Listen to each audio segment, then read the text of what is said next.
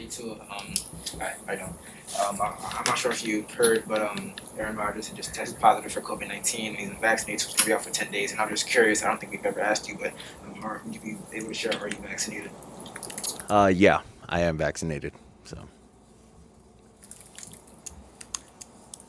Tua, I know you said you didn't know when the trade deadline is, but it was yesterday. correct. Yeah. Is there any sense of relief of, not that you were expecting something major to happen, but just a relief that you can focus on the season now without the.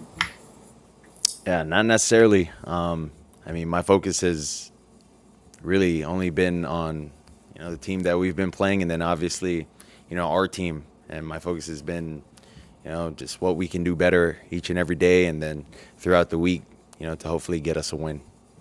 What was your reaction when you heard, if you haven't heard, when you heard that the team was so interested in trading for a quarterback that they requested to talk to him on Monday night? Obviously, that's a step that we haven't seen before with this team. Was that kind of eye opening to you? I never heard of that, so I don't know. I guess that is the case. I mean, your reaction when you do hear something like that is what? I mean, you're the first person to have told me that, so I don't. Trade deadline was yesterday, so I don't know. Hey, Tua, I wanted to ask your thoughts. Obviously, I don't know if you heard, but Henry Ruggs was in the accident before you played with him in college. What are your thoughts about the whole situation? Yeah, I mean that's tough. Obviously, my heart goes out to the families that have been, affected by what had happened, the choices and decisions.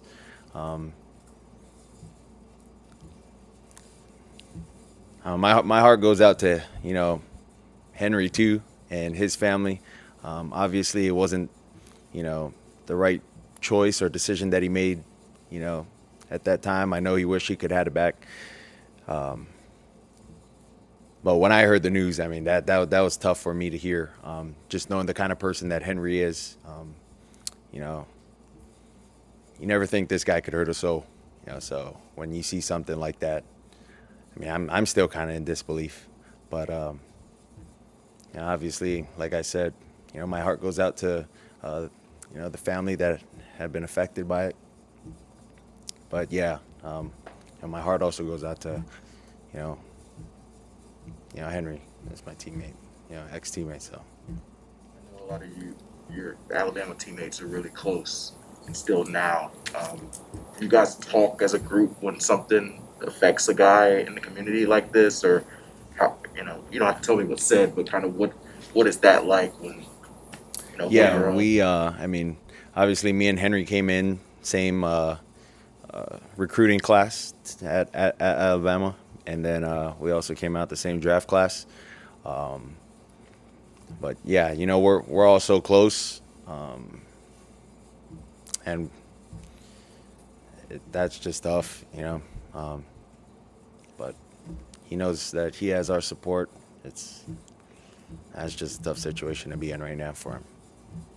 Because now that this cloud of this potential trade is behind you with the trade deadline, how do you approach these 9 starts that you'll now have the second half of the year where you don't have that? I think I continue to approach it the same way that I've been approaching it. Just day to day, things that we can get better with every day, and then obviously look back at the film, see what we can get corrected to help get us a win. So. On a unrelated note, just curious on how often on a day-to-day, week-to-week basis, you kind of talk with Talia and kind of checking on him and how he's doing in Maryland. Obviously, you guys going through your ups and downs and whatnot. Yeah. I try to get on the phone with my brother at least once a week. I try to call. He's busy. He tries to call. I'm busy. It's like we're playing phone tag at times. But more than likely, it's Fridays where I can get his availability, and then he can also get mine if he's not playing. But yeah, he has a lot of questions every time he calls. So I try to help him the best that I can, and. So obviously 9 games left. What do you feel like you want to or need to show over these 9 games for yourself, for the team? Well, I think the first thing is, we want to get a win. We'll start with that this week. Try to get a win and obviously build off of that. But I don't think there's, it's not really much to prove, but it's always, what can I do better, and knowing my expectation for myself, and kind of how I want to go out there and play, not really to anyone else's expectations. So Criticism is a fuel. Some players do. Is that something that's a motivation for you? not necessarily. Really, I guess my biggest critic would be my dad. So that would be the kind of the biggest person that I would kind of think of every time I go out and play. It's been like that my entire life. Just, good is never good enough. It's always what can you continue to do to get better at. So How is managing that during this period? Because obviously it hasn't gone well. How is that with your dad and some of those conversations post game and during the week? well, my dad's a coach at heart, so he's been coaching me all my life. He knows things I can't do. He knows things I can't do. So if I try to make up an excuse, obviously his line is, I know you better than anyone else. So, don't tell me that. But yeah, high expectations from dad. So How do you keep it fun and light when you guys are going through what you're going through? I mean, how do you make the game fun? And that's an important part of the game, I guess. I think winning, and that's what we strive to do. That's why we practice. That's why we work so hard. That's why we come in early, to prepare to hopefully get us a win. How are you feeling physically? I haven't asked you about that in a while. It's been a few weeks now that you've been returned to the field. How are you feeling? Yeah, feel good. Obviously some nicks and bruises after games, but other than that, yeah, it's good. Thank you. You were wearing, I believe, it was like a flak jacket or something for the ribs after the injury. Is that right?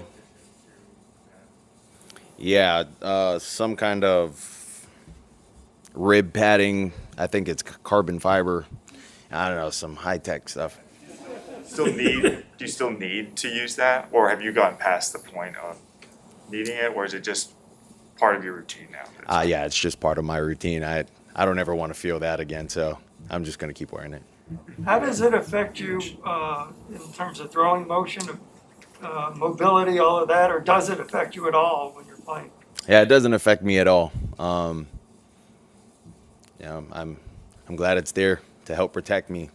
So if I do get hit, I guess the science behind it is if you get hit there again, the carbon fiber is supposed to disperse the energy.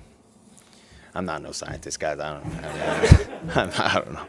Is it cumbersome? Are you able to maneuver with it, or? Yeah, I'm able to move with it well, so it's good. Tua, I wanted to ask you a little bit about your relationship with Flores, just because you mentioned a few weeks ago that you appreciated the way that he had conversations with you throughout the rumors and all. Has the relationship gotten any better after having those type of conversations that were a little bit more player, coach, personal at some point?